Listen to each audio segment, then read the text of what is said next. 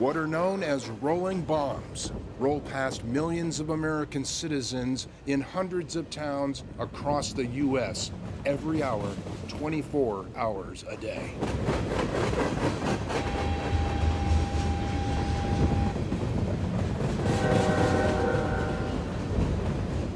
Tanker cars filled with flammable oil and other petroleum products that fuel America's automobiles and factories, but that have also been known to blow up during derailments.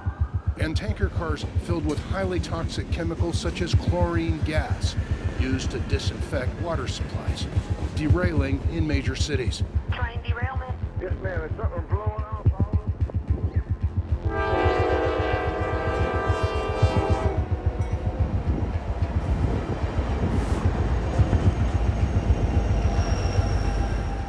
And tanker cars carrying highly toxic polyvinyl chloride for making plastic goods and PVC pipe, derailing. As dozens of them recently did in East Palestine, Ohio, just before 9 in the evening on February 3rd, 2023. One of the tanker cars landing in the backyard of resident Shelby Walker. Pretty much rolling bombs. A mother and grandmother interviewed by the world's media as the ground zero lady living closest to the derailment of these tankers. We're completely exposed. Tankers that have begun rolling again and were rolling by during our interview about that night the tankers derailed. It looked like an atomic bomb went off. It was absolutely horrible. It's terrifying. I am surprised that my house is still standing. And says she hasn't had the heart to tell her children that released from these tankers was cancer-causing vinyl chloride gas. I don't want to tell them that, I'm sorry, you may get cancer 5 years down the road.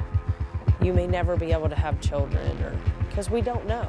We're living a whole life now of the unknown because we just don't know what's going to happen down the road.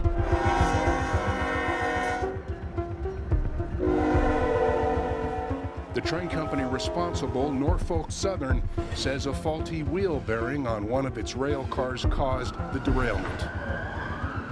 Fearing a catastrophic explosion that would spray deadly shrapnel, officials evacuated residents within a 1-mile radius of the derailment and did a controlled release of the volatile vinyl chloride, sending up a mushroom cloud of toxic gas over East Palestine that has a population of 5,000 citizens. No people here were killed, but health officials confirm over 40,000 fish and other aquatic life died from toxins in local creeks and waterways. And local veterinarians report treating several dogs and horses having trouble breathing. Many people here have complained of skin rashes and respiratory symptoms like shortness of breath, along with neurological symptoms like headaches and dizziness, and some fear long-term illness. Chronic exposure to high levels of vinyl chloride has been associated with liver damage and cancer, according to the Centers for Disease Control and Prevention. These oil and chemical tankers, say officials, are said to be putting an estimated 25 million people in North America at risk. For example, in 2013, a runaway train loaded with oil from North Dakota's Bakken region derailed across the border and exploded in Lac Mégantic, Quebec, destroying the downtown area and killing 47 people. This was the first of many oil trains that began derailing and exploding across North America as oil companies increased the shipping of surplus fracked oil by train. Many environmentalists want these tankers banned. However, the dilemma facing Americans is that these trains carrying oil and toxic chemicals like vinyl chloride are considered the essential backbone driving the U.S. economy.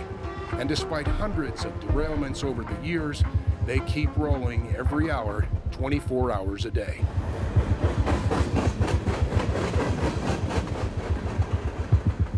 As mentioned back here in East Palestine, these tankers began rolling through town just days after the derailment here. One tanker car, we observed, with graffiti on it that says, among other things, "No bomb trains." Still, they just keep rolling through town.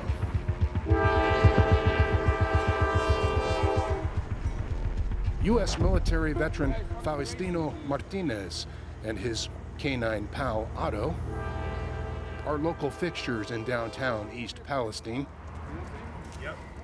He took us for a walk to the main train crossing in town. Right on time, I told you. Another train? Another train. You see, this is every hour, every 2 hours. Check it out. He says when he first came here, he could not believe, he says, how fast the trains move through here.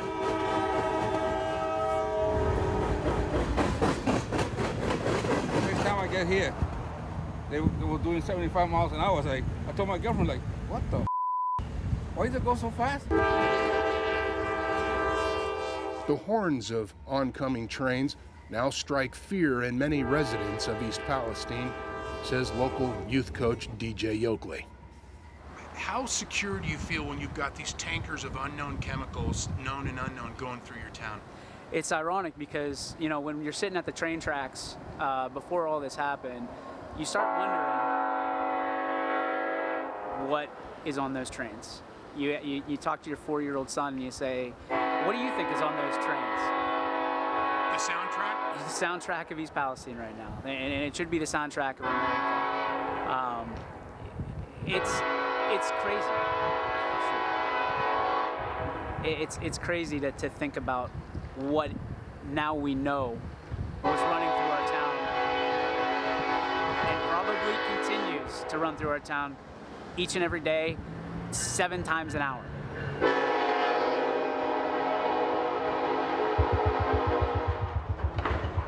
Norfolk Southern has averaged more than 250 derailments and other accidents a year for the last several years. And there are more than 1,000 derailments a year overall when you count all rail companies. Environmentalists have blamed every U.S. administration dating back to 1990 for not forcing train companies to slow down and be more careful. Many of these derailments, say some government officials, are seemingly just the price of keeping the U.S. economy moving.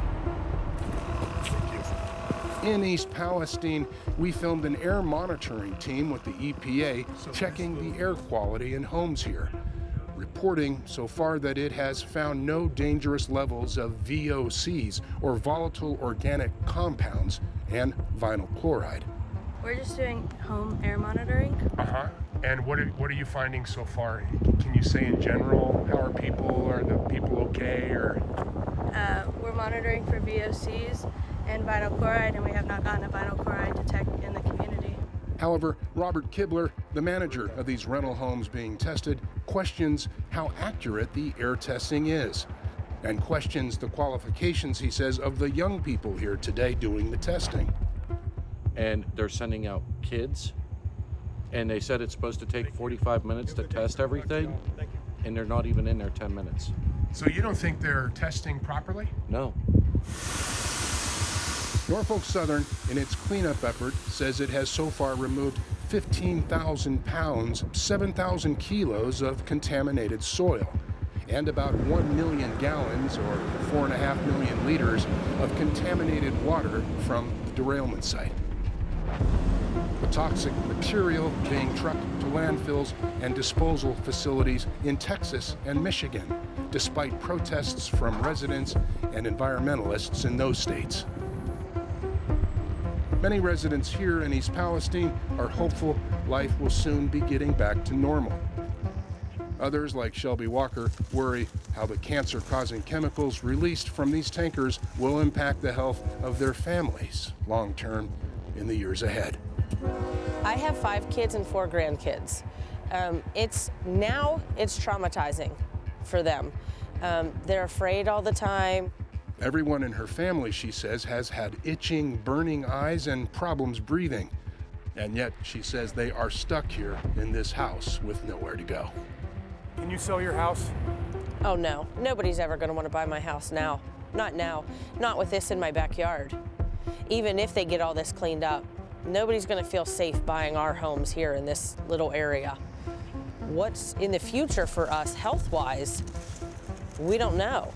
And we're all kind of living on a what if, maybe. It's definite trauma, definite trauma. We are looking into getting some counseling for the kids. My younger kids, they're never gonna get to play in their backyard. They're never gonna get to be back here. And we had to get rid of all of their toys back here, their bikes. Just getting rid of that stuff broke my heart. And watching my kids see all their stuff being taken away, it was heartbreaking.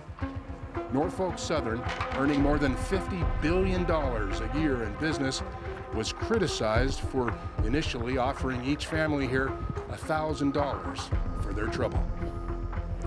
That's all? Yeah. As many people as they affected, that's chump change.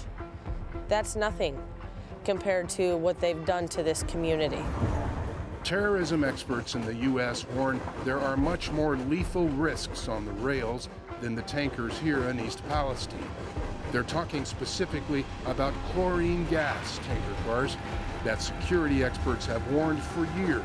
In a worst-case scenario, if just one of them is punctured or blown up, it could release a gas cloud that could kill thousands of people. Shelby says another danger in America is apathy about train derailments. That many Americans are too busy, she says, doing other things to notice the dangers around them with these tanker cars derailing. For example, just a few days after the derailment in East Palestine, at this local hotel just a few miles outside of town, partied hundreds of people not from East Palestine who seemed oblivious to the plight of East Palestine.